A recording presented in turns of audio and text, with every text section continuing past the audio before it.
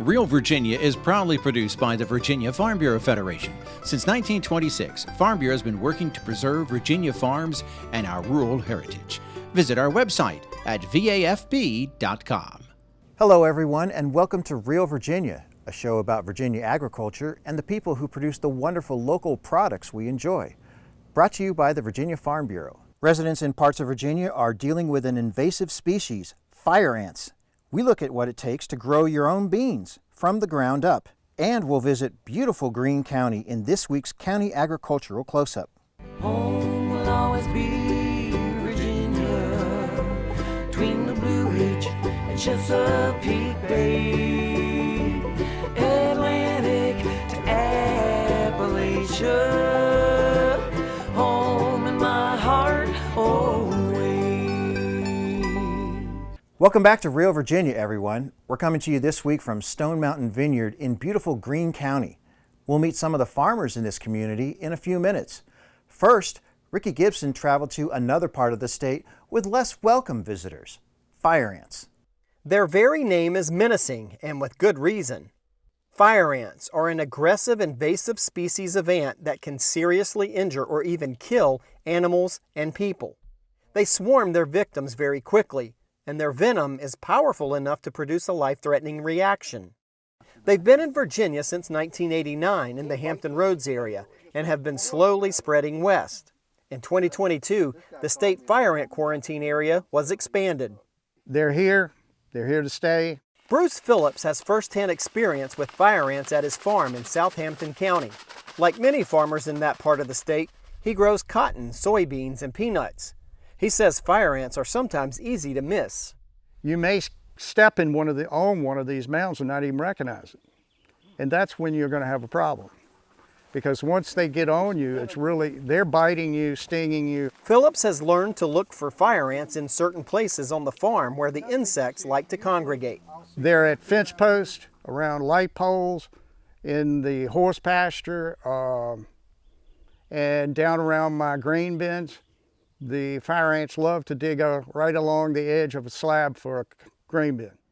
All of Phillips's trucks have insecticide that will kill fire ants whenever he sees a mound.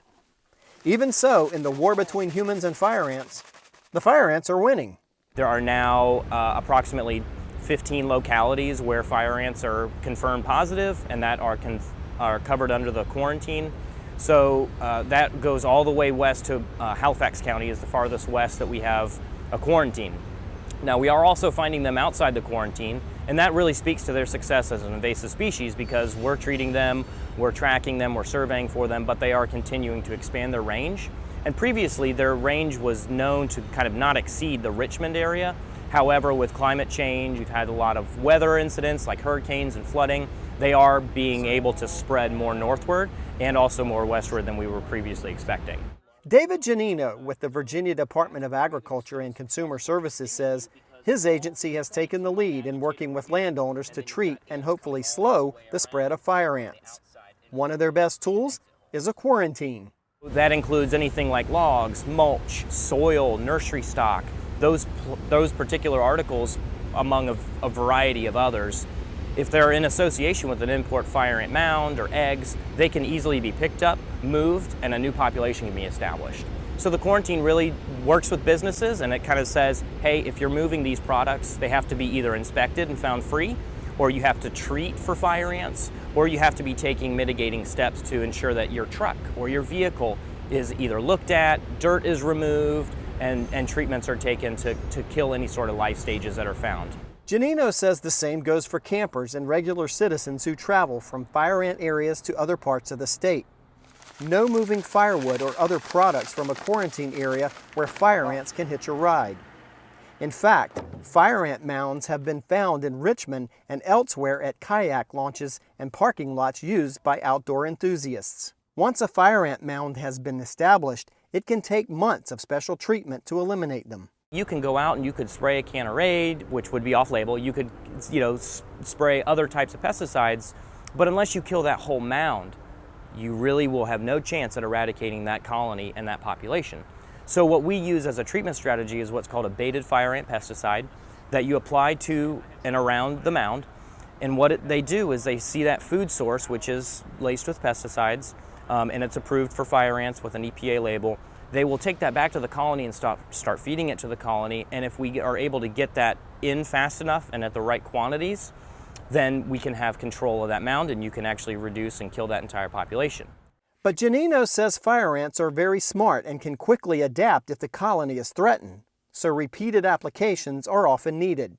A fire ant colony is bad enough for homeowners. What's the risk to farmers and rural residents? It can range from delays to shipping crops, to injuries to cattle and workers, to a loss of value for their farmland. We actually have documented cases of imported fire ants attacking either a cattle, like young cattle, and just based on the amount of swarming and stinging that happens, causes an anaphylactic response in a young cattle, and it can either succumb to that, or with the sting it creates this pustule.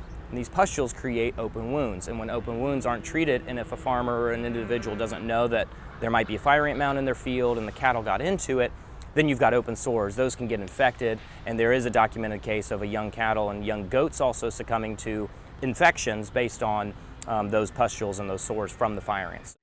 Giannino says the good news is that some federal and state funding is now available to help his department deal with fire ant colonies earlier than before. For the first time, they're able to try to eradicate mounds outside the quarantine area. And as word of the problem spreads, farmers and rural business associations are stepping up to respect the quarantine and report fire ants right away. If you suspect fire ants inside the quarantine area, contact your local cooperative extension agent to help confirm that. If you are outside of the quarantine area and you do see what looks like a suspect mound, we want to know about it here at VDAX. So what I would recommend is that if you find a fire ant mound or a suspect fire ant mound, take a picture of it, send that information along with the location of that fire ant mound to reportapest@vdax.virginia.gov. And then we'll have someone look at the picture and then send out a plant protection inspector to try and analyze that mound, take a sample, and identify it if it is fire ants. Reporting from Richmond, Virginia, I'm Ricky Gibson.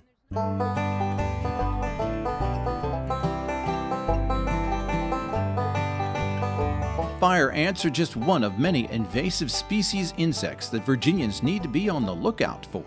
For instance, the emerald ash borer has decimated the ash tree population in parts of the Old Dominion.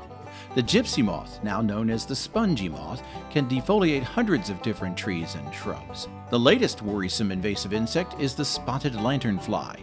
It's been spreading into Virginia from the north and has been found as far south as Richmond. And some of its favorite foods are apple trees and grapevines, two of Virginia's major crops. Hi, today we're going to be talking about beans from the ground up. Please stay tuned. Farming is a rewarding way of life, but it can also be full of challenges. If you or someone you know is struggling, call or text the AgriStress helpline at 833-897-2473. It offers 24/7 access to professionals who can support someone in need and help find mental health services in your community. Please make the call, because healthy farms depend on healthy farm families. That's 833-897-2474. A favorite summertime treat from the garden is green beans or snap beans. Chris Mullins from Virginia Cooperative Extension shows us how one gardener raises them from the ground up.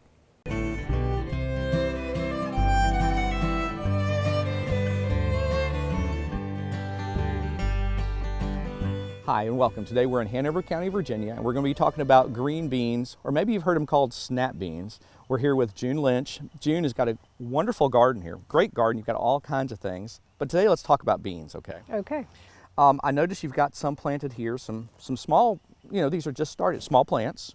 And is this your second planting of beans in this spot? This is my second planting. Once the first group of beans stop flowering, that means the beans are gone for that particular group, and I've planted some new ones. Oh, so this is, because we're midsummer here. Yeah. And so this is, these look great, by the way. Now these are these bush beans? These are bush beans. They'll get 18 to 24 inches tall, and they're heavy fruiters. Okay. So, but basically, when you plant these beans, when they stop producing, you get them out of the garden and plant more. Yes, yes. What do you do with your material? You put it in compost for your beans? I don't generally compost anything that gets insects, like bean beetles or damage, that if you see that on there, it's best to dispose of that instead of perpetuate the crop of insects. That's a good tip. I like that a lot, and it makes sense. So these are great bush beans, but I know you've got some pole beans back there, so let's go check those out. Well, June, we've got you behind this fence here, and I guess that's what the pole beans are going to trellis up, is that right? Yes, they will. They voluntarily grab on and run up the pole beans in a counterclockwise manner. Oh, really? Okay, okay. So a lot different than the bush beans. So these are just going to go up the trellis, and it could be a trellis like this. Now, what is this material here? Cattle. These are cattle panels used for fencing cattle. Okay. Well, they seem great. I mean, I think that you could, at the end of the season, clean the vines off here, the dead vines. These are 6 years old. Oh, wow. Okay. So a little bit of investment up front, but a long life to use them. Okay, and I can see these beans are already doing really, really well. And these have been in here for a little while. A few weeks. How do you know when to plant these, or how early do you plant them? I had peas on here previously, and when the pea vines start turning yellow and are done producing, then I pull the peas up and plant the beans. Oh, great. Oh, that makes sense. That's a really good tip there. So it's get those early peas done, out of the way, and put them up here, because they both need this type of trellising system. Well, I really like this a lot. And I know you've got irrigation here, because you like to irrigate your beans if you get a drought season. Yes. Helps them a lot as they... Absolutely. Well, let's look at some of the next stage, some of the older ones, and we can talk a little bit more about those. Well, June, I can see now, I can barely see the cattle panels in here now. They have grown so much. So these are going to be flowering pretty soon, right? Yes, they will be. And you're going to have beans on here pretty quickly. How do you decide when you want to harvest the beans? When do you know that they're ready? Usually it varies with varieties, but 6 or 8 inch long beans with some bean, you can see the bean positions. The seeds inside, you can start to see them a little bit. Yeah, you don't want to wait too long because they can get tough. Yeah, that makes sense. And what's this variety right here? This is Blue Lake pole bean. Okay, that's a pretty common one. Yes, and they don't have strings. Okay, great. Really nice beans. I do see there's a little bit of damage here. What's caused this on this leaf here? Those are Japanese beetles. Ah, okay, okay. But otherwise, do you see a lot of insect or disease problems with the beans? No, I don't. Okay. And what about fertilization? What do you do? What's your regimen? Once these are in the ground, the seeds are there and they start to grow, what do you do to fertilize these? I prep the soil with some organic fertilizers to start with. But then during the year, mostly I use compost. Okay, makes sense. Very natural. Yeah. I think this is great. Such a nice garden, but I love the beans that you're growing here. How do you feel about beans for a home gardener? A good crop? Perfect crop for a home gardener. Well, great. Thank you so much for letting us come out and talk to you about beans today. Thank you. Well, for more information about growing beans in your home garden, contact your local county extension office and talk to a master gardener. For From the Ground Up, I'm Chris Mullins. We'll see you next time. From the Ground Up is presented with the generous advice and assistance of Virginia Cooperative Extension. Visit their website at ext.vt.edu. Hi, I'm Chef Tammy Brawley from the Greene Kitchen. Coming up on Heart of the Home, cold salt slab presentation. Stay with us. Our cow, she walks into the barn, she gets milked. Milk's taken from her and put through a chiller. And that milk's taken from body temperature of a cow, which is about 102.5, and dropped to 35 degrees and put straight onto a tractor trailer. And it goes straight to the plant the next day. So most of the milk that's sitting on your store shelves is probably less than 48 hours old. And that's a pretty good testament to how efficient we are. Sometimes it's just too hot to cook. Chef Tammy Brawley shows us how to serve up some tasty treats in a fun way in the heart of the home.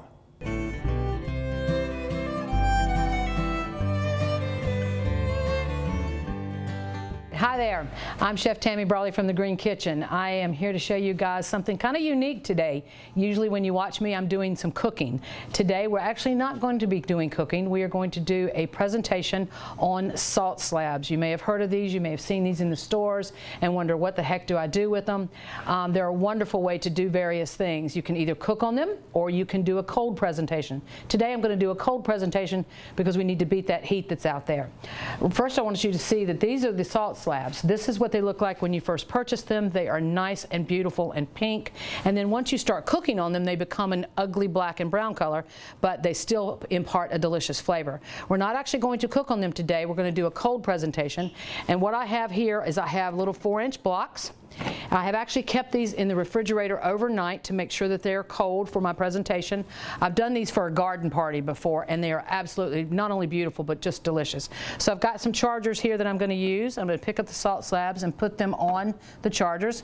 And I have in front of me a couple different ingredients. We've got watermelon, we've got mint, and we've got basil. The herbs are actually from my personal garden. And we've got some heirloom tomatoes, some goat cheese, and mozzarella cheese. So we're going to go ahead and create a little presentation. We'll start with the fruit. We're going to do some watermelon.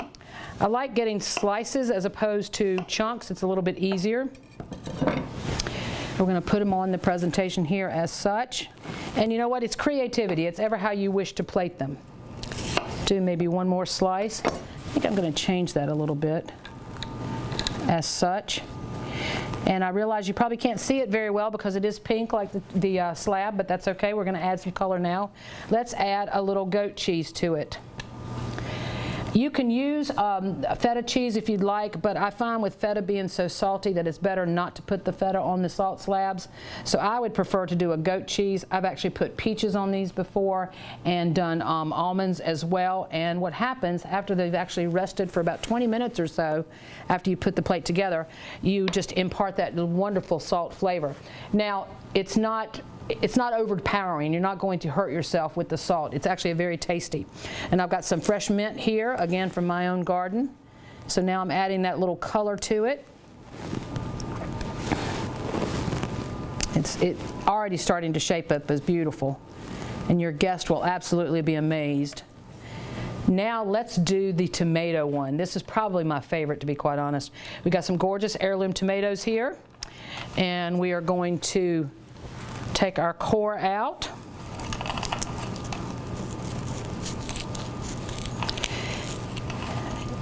I did a tomato tasting at a grocery store a couple of years ago, and it's really funny because I find that the uglier the tomato, the sweeter they are. So get yourself some heirloom tomatoes. You'll absolutely love them. They have them at the farmer's market this year. They're absolutely beautiful.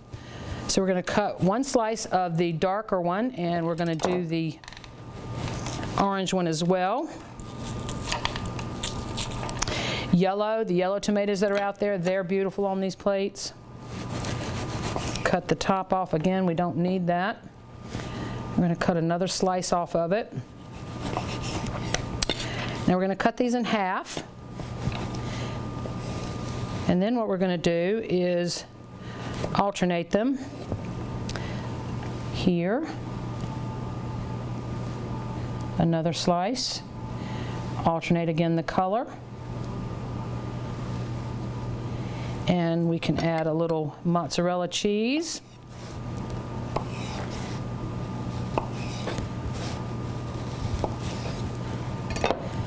In fact, I think I'll go ahead and alternate them between the tomato slices as such. And perhaps another slice of mozzarella on the end there. And then we want to take some fresh basil. Your smaller leaves that you have on your plants in your garden are better to use for this for presentation purposes. But if you only have the larger leaves, that's fine. Just maybe chiffonade them or cut them into ribbons.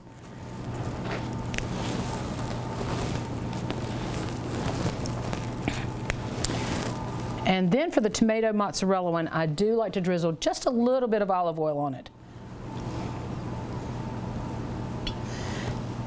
Tell me how gorgeous is that? Absolutely delicious cold salt slab presentations. I'm Tammy Brawley with the Greene Kitchen. Join us next time on Heart of the Home. Recipes from the Heart of the Home can be found on the Virginia Farm Bureau website at vafb.com/recipes, as well as on Chef Tammy Brawley's website at greenkitchenrichmond.com.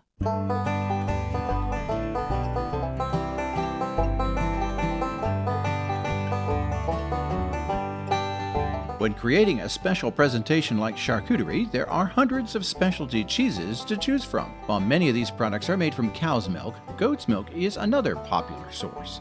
Special herbs and spices give some cheeses their flavor. Different production and aging processes make the difference for others.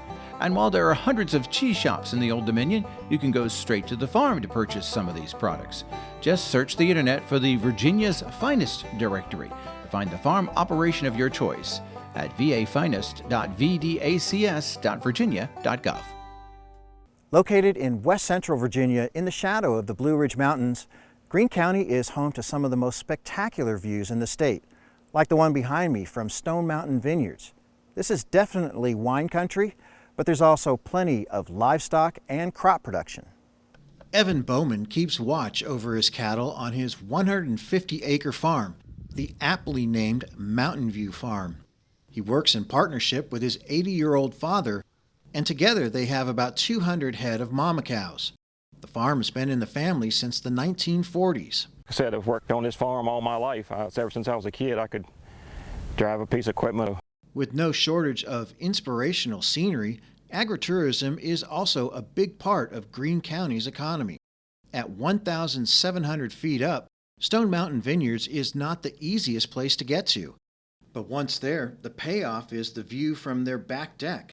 They also have a 120-foot wine cave. Still, livestock and crops remain the prevailing forms of agriculture down below. Agriculture in Greene is actually really diverse.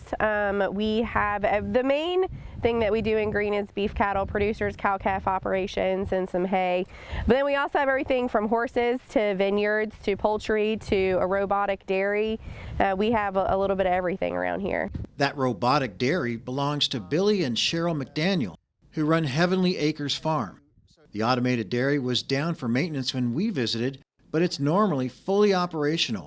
Given the labor-intensive nature of dairy farming, automation would revolutionize the twice-daily milking routine if the capital investment is available. It's a situation that works out for the humans and the cows alike. It just gives us a lot more time to do other things, and the cows enjoy it a lot more than us being in there milking them. They enjoy milking themselves more. In addition to the dairy, the McDaniels raise poultry, operating 2 turkey houses. As if that wasn't enough, they also grow corn and soybeans. Greene County has 214 farms on 28,518 acres. The market value of all agricultural products is $7,614,000. Almost all of that is livestock, which brings in $5,819,000. Cattle and calves lead the way, accounting for $2,368,000. Crops bring in $1,795,000. Hay delivers $787,000, while nurseries, greenhouse, and floriculture provide $608,000 in farm income. Ralph Morton is a Greene County native who left to serve 22 years in the Army and returned to the farm afterward. He's another example of a farmer who has diversified his operations. He has cattle, goats, hogs, and chickens. He also grows blackberries, potatoes, collards, tomatoes, basically anything that can possibly be grown in the local soil. And he rents out their main farmhouse as an Airbnb. He learned farming from his father and grandfather and was involved in 4-H growing up. He's determined to provide the same leadership his parents gave him to future generations. Try to plant that seed for these kids and be role models for them and mentors, and coach, teach, and mentor those kids, to take over and continue a legacy of farming.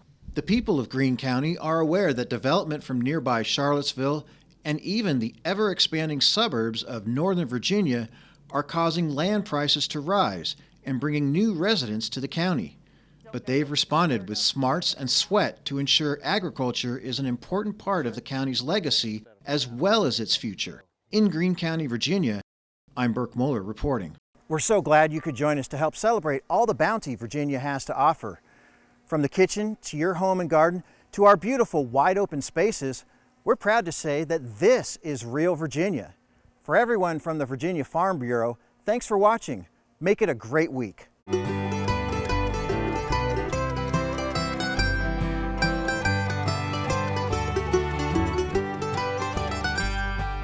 Home will always be Virginia. Chesapeake Bay, Atlantic to Appalachia, home in my heart always. Every spring and fall, Virginia farmers and other motorists nearly collide on rural roads. Sometimes these collisions can be dangerous or even fatal. Glenn Keller of Shenandoah County says when a car traveling 55 miles an hour suddenly meets much slower moving farm equipment, the odds of a collision shoot up. It's pretty dangerous when you get out on the road because we have a lot of hills in this valley, blind hills where you don't know what may be coming on the other side of those hills. And when we move something wide, like the piece of equipment behind me, we usually have an escort in front. But if the people don't pay attention to that, you have to be prepared to react pretty quick. We'll get to a blind hill and someone will follow you for a mile or so, and they finally get enough of it and want to go around, and they're usually upset and pick the wrong place. Farm equipment operators are required to display a slow-moving vehicle emblem when they're on a public road. When you see that, or any farm vehicle, slow down. Give them plenty of space to do their job so you both can go home safely. This message brought to you by the Virginia Farm Bureau Federation Safety Advisory Committee. It was a time when about a quarter of all Americans were engaged in agriculture. A time when many farms still operated without electricity. When a short trip to town actually meant a pretty long ride. Times have changed. And agriculture has changed, offering new opportunities and careers in fields like business, education, production, and research. That means FFA has changed too. FFA makes a positive difference in the lives of students by developing their potential for premier leadership, personal growth, and career success through agricultural education. We're strengthening American agriculture and providing our members with the skills needed to build healthy local communities, a strong nation, and a sustainable world. Today, less than 2% of Americans are engaged in production agriculture, but our membership is at an all-time high. And as we've grown, one thing has come to represent the pride we have in our organization. It's not a song or a slogan or a flag. It's a simple blue corduroy jacket. Without it, I'm just one person. Just one voice. But with it, I know that more than 500,000 others have my back. That more than 500,000 others are helping me tackle some of the world's toughest challenges. Like feeding the world, stewarding our natural resources, and finding solutions for agricultural sustainability. And we're doing it together. With the help of our families, our teachers and supporters, we are learning to do, doing to learn, earning to live, and living to serve through our local chapters and state associations and at our conventions and conferences. By becoming thought leaders and advocates for what we know is right. We are the next generation of agriculture, committed, passionate, and proud to be among those who feed the world. Powered by our spirit, guided by our mission. Symbolized by a simple blue corduroy jacket. We are the next generation of agriculture. It's our turn now. Let's show the world what we can achieve together. We are FFA.